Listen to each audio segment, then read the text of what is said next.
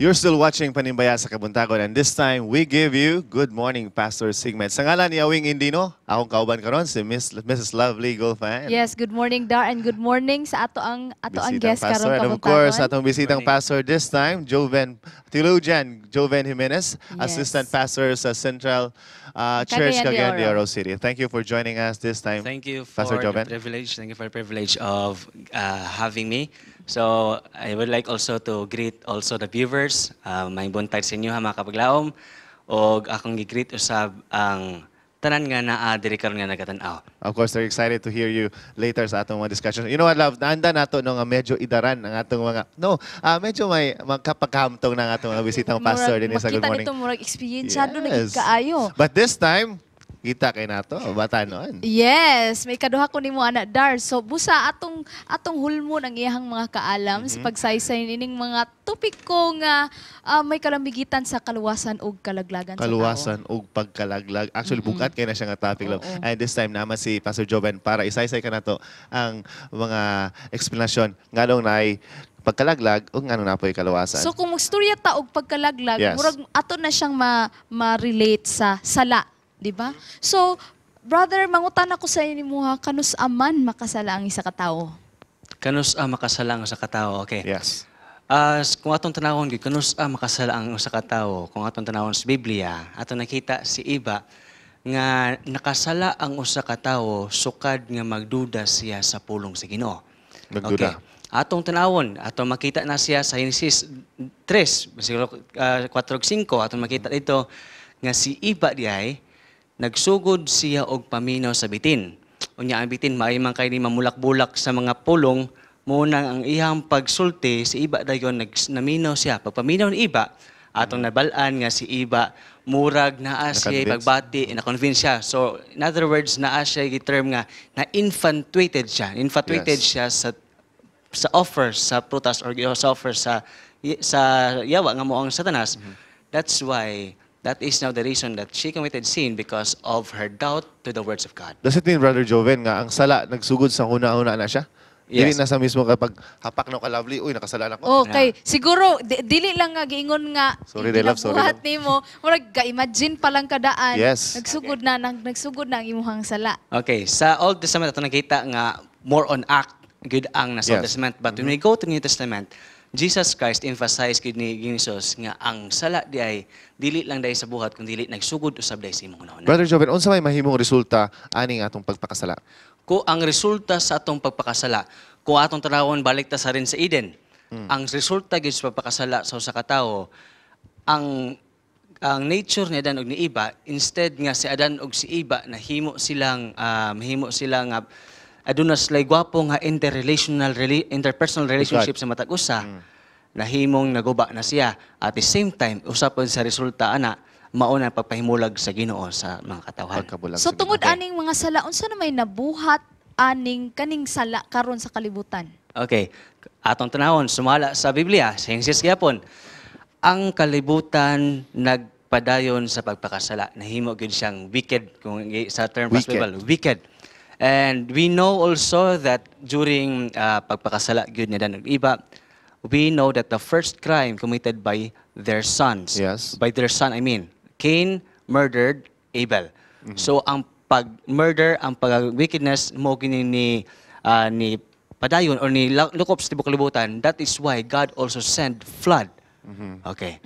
Para So may even until karon, murag nakuha gihapon to nato nga sala nga nabuhat Yes. natong Okay. niunang panahon. So, Romans 5 verse 12, nagingon kay Romans 5 verse 12 nga ang tungod ni Adan, because sin came into this world, everybody nadawat na to, ang na-inherit na to ang nature sa pagpakasala. Now, Brother Joven, kita makasala man kita na angay bata makakigistorya sa Ginoo nga makasala ta. Unsa may pagtagad sa Ginoo ngadto sa mga taong makasasala?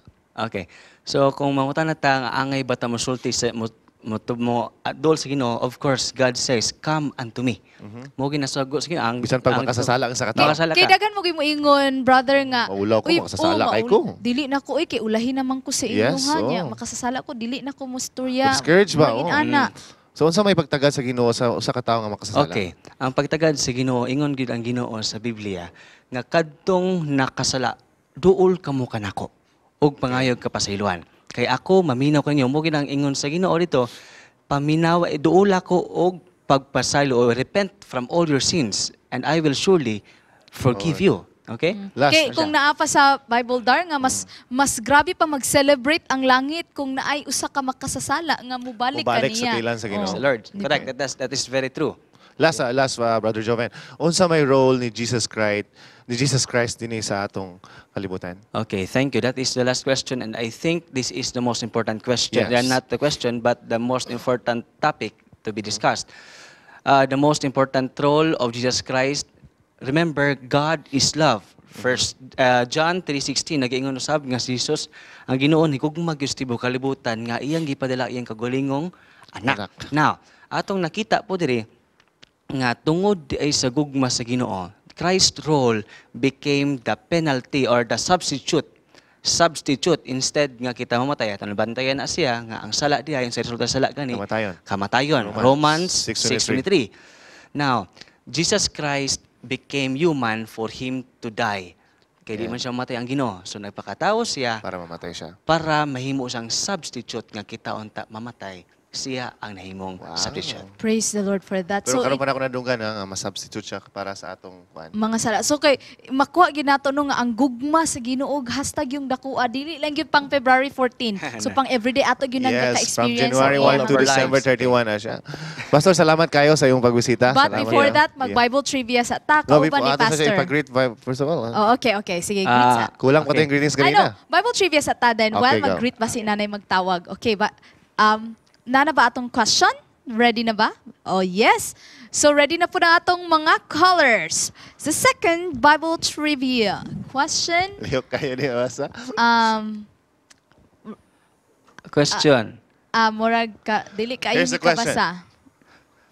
After the flood, what sign did God give that He would not destroy the earth with a flood again? Unsa man to nga sign? Okay, so itawag na dayon. So while maghatag si Brother Jovin sa iyahang mga greetings, pwede nga mutawag na dayon mo. Brother, pasiganahan ka na ka-i-greet imong mga kapamilya o kahigalahan. Okay, akong i-greet first and foremost ang mga ginikanan nga tuwa karon sa Butuan City, Pastor Roger Jimenez og ni Ma'am Inday Jimenez. Usab ang akong mga pinilangga nga uncle og auntie. Nadya karon sa Gran Europa, Pastor Rudy Jimenez og si Auntie Dulcie Jimenez. Ako silang i-greet og Auntie Buok pamilya sa Seventh Adventist Church sa Central Church. Usab ang usa sa akong mga importante nga tao sa akong kinabuhi, Nikki Fermentera, uban sa iyahang mga kauban sa panimalay, si Ate Doreen o si Ate Glady. Good morning sa tanan, kabulo ko na tanaw mo karon. Brother Thank you Joven, so ako pa kang much. pugna, no? Kaya napatay unat na baganan sa Dear Panibaya. But I believe we have a caller. Good morning. Good morning, caller. Hello? Yes, hello? Napasiguro Naba? tayo. Wala ba? Kuan? Hello, ma'am. Hello, sir. Thank you for calling. Are you ready to answer the question now? Sir?